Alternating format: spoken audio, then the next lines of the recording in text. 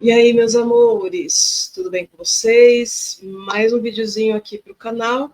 E dessa vez falando de um assunto que vocês gostam muito que eu fale a respeito, que é sobre runas e mitologia nórdica e tudo mais. Vamos retomar aqui muitos vídeos a respeito, né? Iniciando com um videozinho sobre história e origem das runas, tá? É fato que as runas, como nós a conhecemos, e aliás, vamos fazer aqui um paralelo, tá?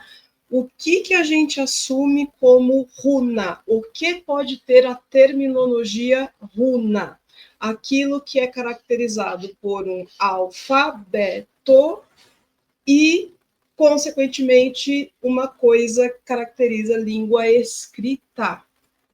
Se os símbolos que estão ali juntinhos não caracterizam o alfabeto, eles não formam palavras, eles não são correspondências com letras, então ele não é runa. Já começamos por aqui, tá?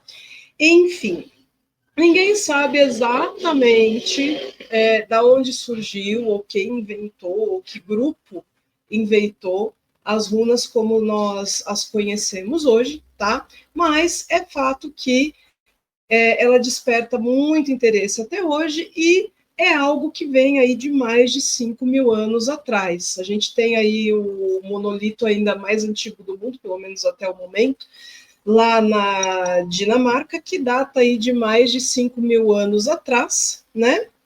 E é um monumento funerário, né, que é muito comum da tradição nórdica, desenhar nas pedras e fazer homenagem aos seus heróis, aos seus governantes e assim por diante, tá? Então, o primeiro alfabeto rúnico, ele data aí mais ou menos do século II depois de Cristo, tá?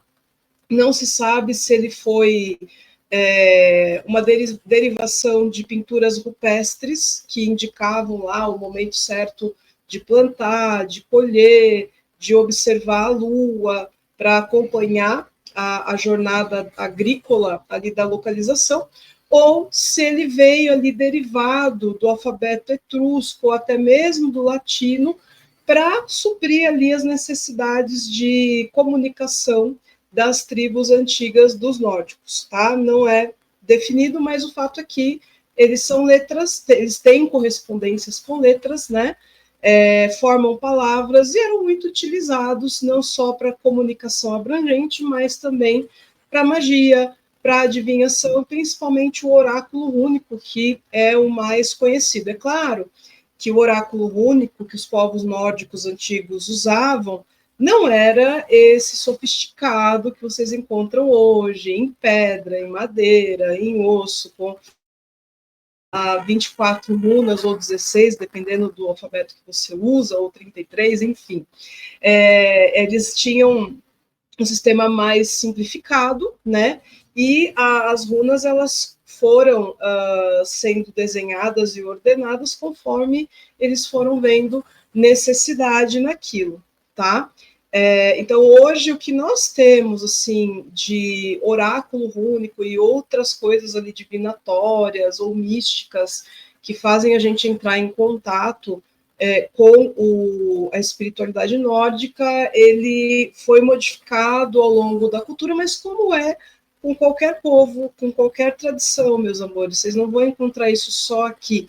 Qualquer lugar que vocês forem pesquisar, se vocês forem pesquisar as tradições de outras culturas, de outros países, vocês vão ver que ao longo do tempo elas também sofreram e continuam sofrendo transformações por causa da cultura moderna que nós temos. Então, ao longo do tempo, isso é natural, tá? Tanto é que do lado ali dos estudos nórdicos, não é o foco aqui desse vídeo, mas eu já vou falar, vocês vão encontrar como referência de livros o Havamal, o Voluspa, etc. Mas essas literaturas não é que elas não devem ser consideradas para estudo, tá? É super válido, óbvio, mas tenham em mente que tem coisas que vocês vão ver lá que já sofria muito a influência do cristianismo em cima das tribos nórdicas e do paganismo que elas empreendiam ali entre si como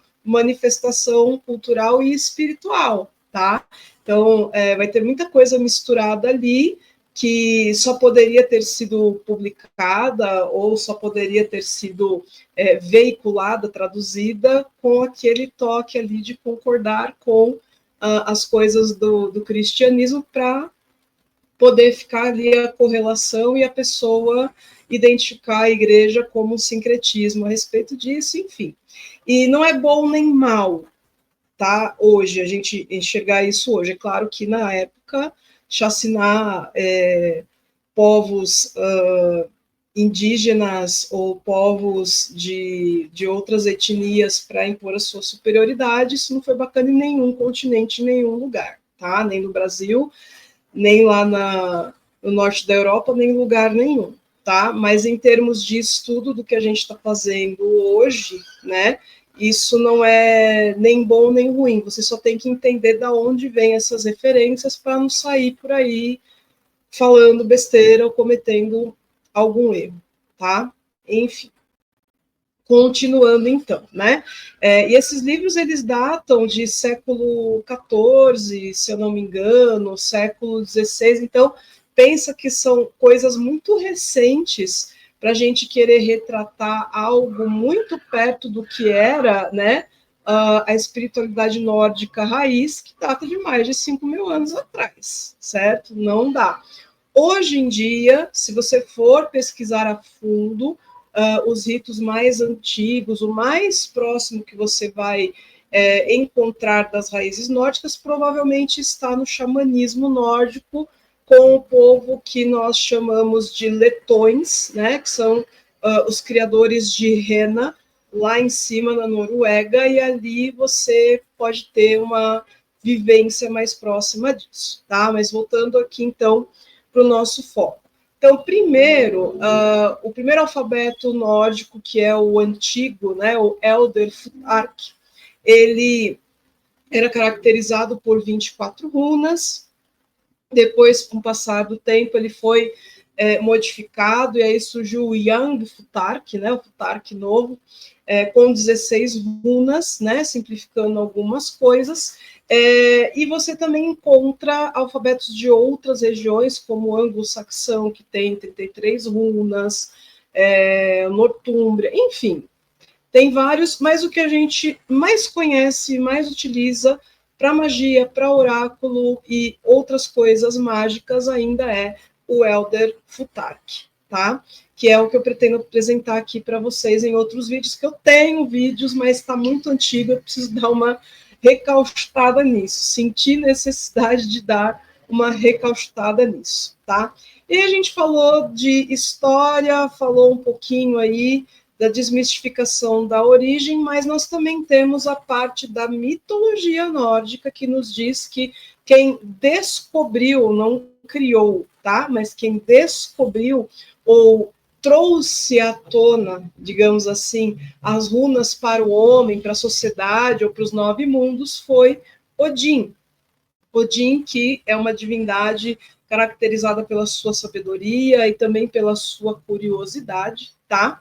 E reza a lenda que ele já tinha tido toda sorte de riquezas, tinha sido rei, tinha sido guerreiro, e agora ele já estava chegando numa certa idade aonde ele queria algo mais, ele queria uma sabedoria superior, ou um entendimento da vida. Então ele empreendeu uma jornada até o galho mais alto da Yggdrasil, que é a árvore da vida, de acordo com os povos nórdicos, e aonde ficava ali, logo embaixo deste galho, o poço da sabedoria. Então ele subiu nesse galho mais alto, se pendurou de cabeça para baixo, né?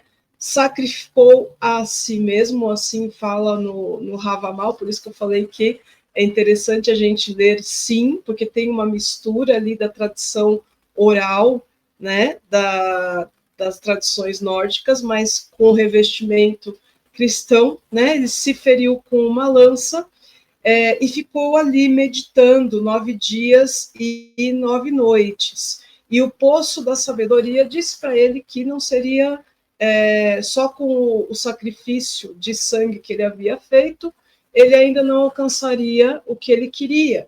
Então o poço disse que ele tinha que sacrificar um dos seus olhos, e Odin pegou o olho direito, arrancou, colocou lá dentro do poço da sabedoria, e no final dos 9 dias e 9 noites, ele conseguiu vislumbrar os símbolos das runas do Elder Futhark, das runas nórdicas, né? Então foi assim que esse conhecimento veio à tona no mundo, de acordo com a mitologia, tá certo? E aí a gente pode explorar um monte de coisas nesse mito, tá? Que eu estou resumindo aqui para vocês, para não ficar muito longo e não sair do foco, né? Mas geralmente o olho direito ele está relacionado com a expansão, ele está relacionado com aquilo que é mais da retidão, que é o ordeiro, né? Então ele está jogando ali no poço da sabedoria essa parte ordeira, né, o que faz muito sentido, que é para você enxergar as coisas que precisam de ordem, que precisam de organização, com o olho direito, né, e com isso ele adquiriu esse vislumbre das runas. E é claro que Odin ele não sabia exatamente o que fazer com todos aqueles símbolos. E então uma volva que passava ali no momento em que ele teve esse vislumbre, disse que poderia ensiná-lo a fazer algumas magias com as runas e ensinar outras coisas para ele. Coisa que Odin toparia lindamente fazer a qualquer preço, quase. Né? E a Volva se apresentou como a deusa Freia, que, entre outros atributos, também tem a magia.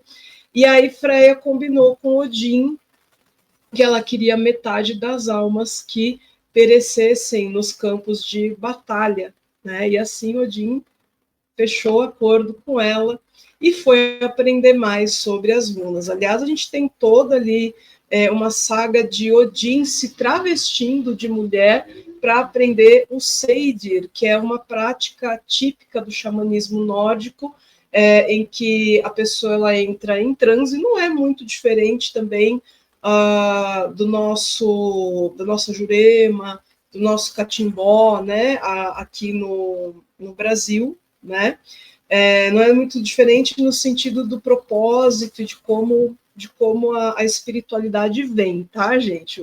Eu sei que os símbolos são completamente diferentes, eu sei que as ervas são diferentes, mas o propósito, né, de você trazer os espíritos ancestrais, os espíritos dos guias, para ajudar aqueles que estão ali vivos, os que estão ali convivendo na materialidade, é o mesmo. Né? E essa prática ela era atribuída somente às mulheres. Então, Odin se traveste de mulher para poder entrar nas rodas de Seidir, de Freia, para entender como isso funcionava. Tá? E a gente tem as runas até hoje sendo trazidas de tempos em tempos à tona, né? Eu fico bem feliz com isso, que na época em que eu estudava, quando eu comecei lá em 2004, mais ou menos, e depois fui me aprimorando, não tinha tanto material, não tinha tanta coisa ainda, e hoje está bem difundido, hoje a gente consegue bastante informações de uma forma mais fácil, né? Tem que tomar cuidado com a fonte, mas como tudo na internet, antes da gente sair por aí falando, mas é uma coisa que está bem propagada e está mais acessível, né? Às pessoas, pelo menos ouvir falar de runas hoje é uma coisa que não é tão difícil da gente encontrar. E as runas, elas servem como escrita mágica, elas servem como talismãs, a gente tem as Bind Runes, inclusive, que são talismãs mágicos que nós podemos usar de diversas formas. Que mais? Esculturas, artesanato de todos os tipos com materiais naturais também podem ser usados para trazer a energia daquela runa ou daquele talismã que você tanto quer, e para as diversas funções que a gente encontra na magia, para a saúde, para amor, para prosperidade, para proteção, para harmonia no lar, tudo que vocês imaginarem, dá para a gente fazer com as runas, tá certo? Espero ter aguçado o interesse de vocês aqui pelas runas novamente. Não esquece de se inscrever aqui no canal, se você não tiver inscrito, de dar um like nesse vídeo, que você me ajuda a aparecer para mais pessoas e mais pessoas verem essa informação aqui. E acompanhem que eu vou trazer mais conteúdos de runas, bruxaria e muito mais, tá certo? Beijinhos e até a próxima.